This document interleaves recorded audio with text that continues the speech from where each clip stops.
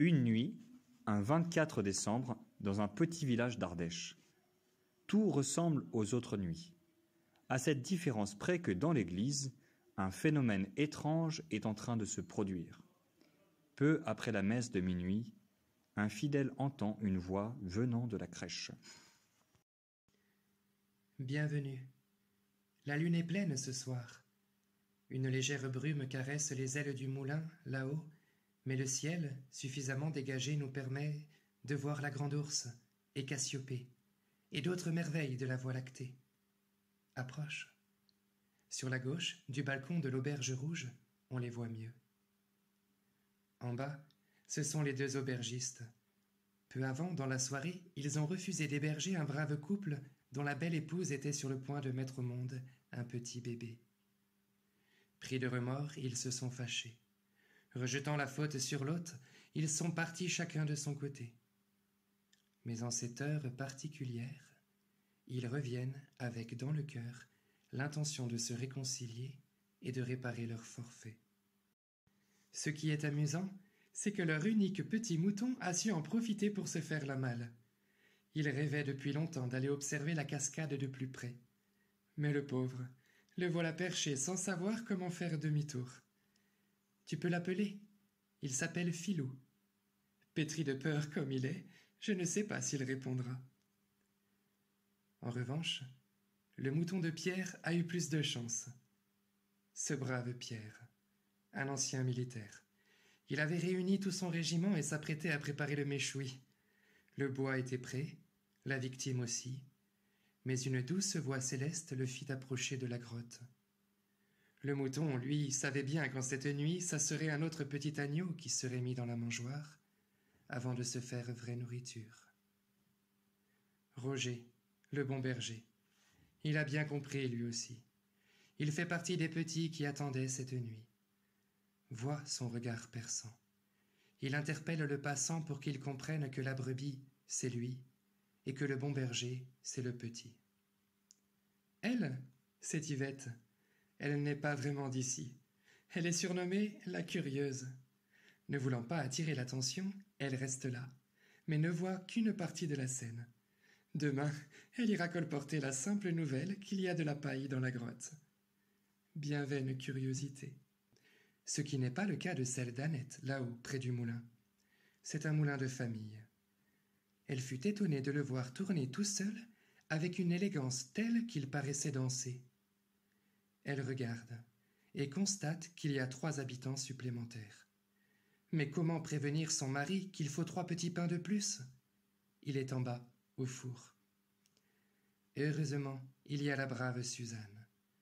Elle porte avec peine ses années, mais la générosité au cœur, elle prévient le boulanger pour que les 3 petits pains soient bien présents aux aurores dans la grotte étable. Elle veut les porter elle-même à celui qui doit devenir le pain des anges, le pain de la vie éternelle. Qui sort de sa fenêtre? C'est le ravi. Que dire de lui sinon qu'il est content et qu'il a raison de l'être? Car en cette nuit, dans cette crèche, un sauveur vient de naître. Juste en dessous, c'est Gustave et sa meule. Ah, celui-là! À chaque fête religieuse dans le village, il fait des siennes. Il fait tourner sa meule à plein régime, ce qui couvre presque le bruit mélodieux de la belle cascade qui coupe le village en 2 rives. Mais en cette heure, la meule se tait. Malgré lui, il contemple. Au pied de la cascade, bien discret, se tient, assis, un très brave homme. Il a compris lui aussi ce qui se passe en cette nuit. Il a compris qu'il devait devenir pêcheur d'hommes. Il regarde son beau-frère Gilles, toujours mal tourné, mais avec un œil neuf. Il offre dans son cœur au nouveau-né chaque nœud du filet qu'il resserre pour que les liens de famille, eux aussi, se consolident. Il gardera toujours le sens du petit travail offert avec amour. Le pauvre Gilles, c'est la tempête dans son cœur. Et son brave mouton en sait quelque chose.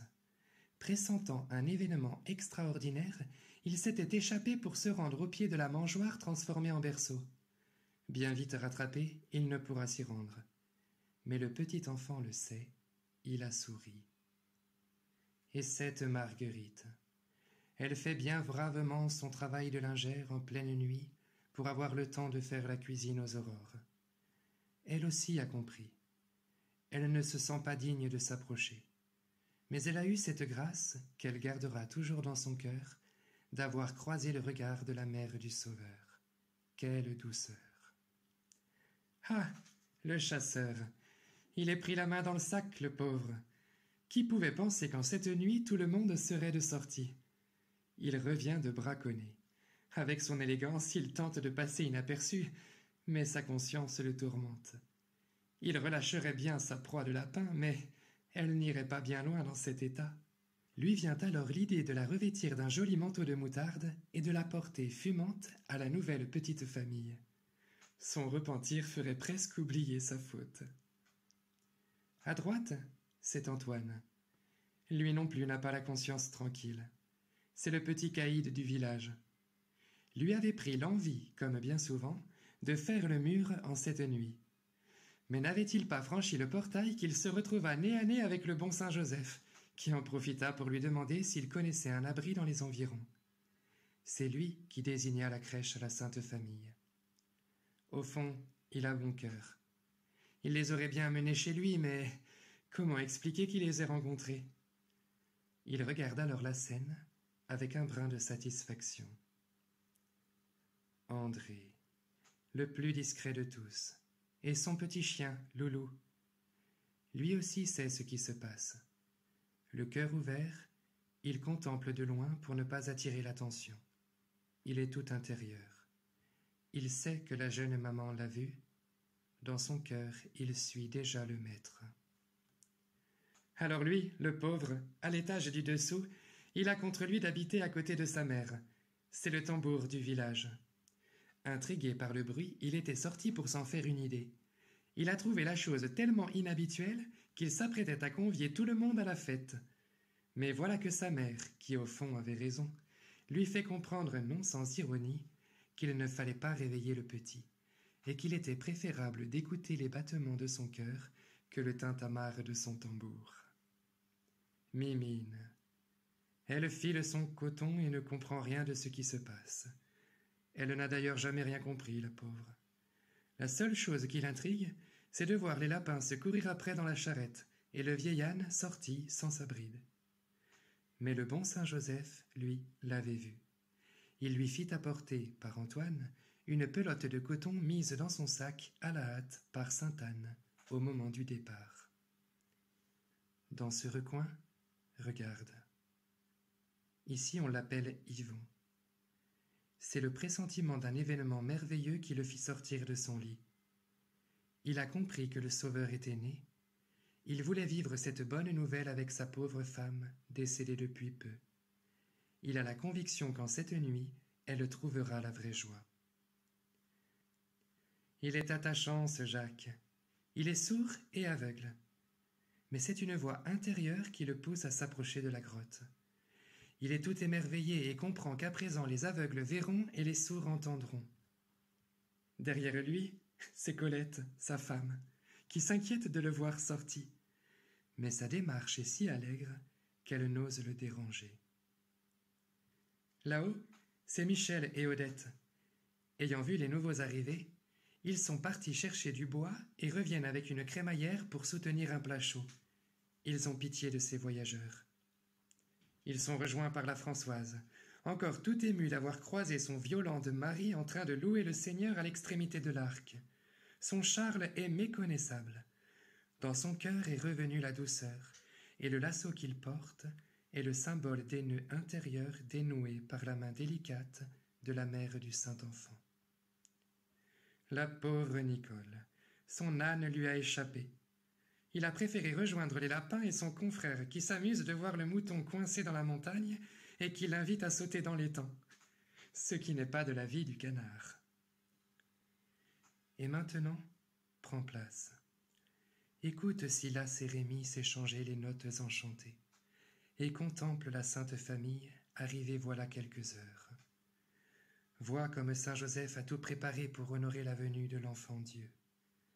La mangeoire est recouverte d'une pauvre étoffe, certes, mais d'un rouge royal.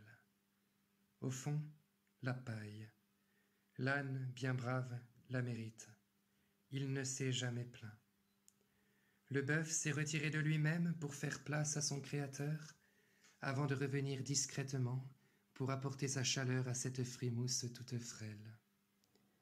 Et Saint Joseph, un genou en terre pour adorer, l'autre relevé pour servir.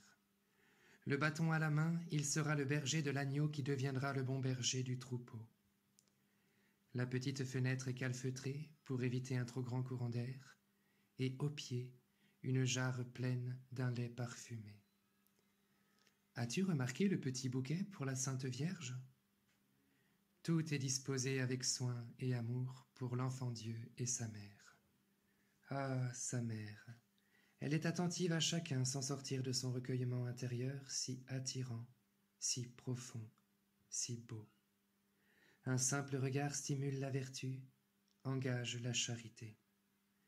Elle n'arrête pas à elle, mais comme l'ange qui a prévenu tous ses bergers, elle montre la voie, elle montre son divin enfant qui, lui, sourit et s'éveille doucement. Sa grande mission de sanctification des hommes commence. C'est l'humilité, la délicatesse, l'amour prodigué et reçu. Contemple et ouvre ton cœur. Fais, toi aussi, partie des petits qui ont compris l'importance de cette nuit. Le Jeannot et la Marie-Thérèse, eux, ont compris. Ils ont tout vu. C'est d'eux que je tiens la grande partie de ce récit. Et chaque année, ils sont contents de le revivre. L'histoire est chaque fois un peu différente, mais l'essentiel demeure. Ils aimeraient tant que tous leurs descendants le sachent, ils aimeraient tant que tous vivent de la grâce de Noël. Et cet homme, debout, avec le foulard jaune, c'est moi. J'ai été content de te raconter ce qui s'est passé ici, mais je dois m'arrêter car bientôt, nous deviendrons les témoins silencieux d'un des plus grands mystères de Dieu, son incarnation. Il ne me reste plus qu'à te souhaiter un Saint Noël. J'espère te revoir l'année prochaine, si Dieu le veut.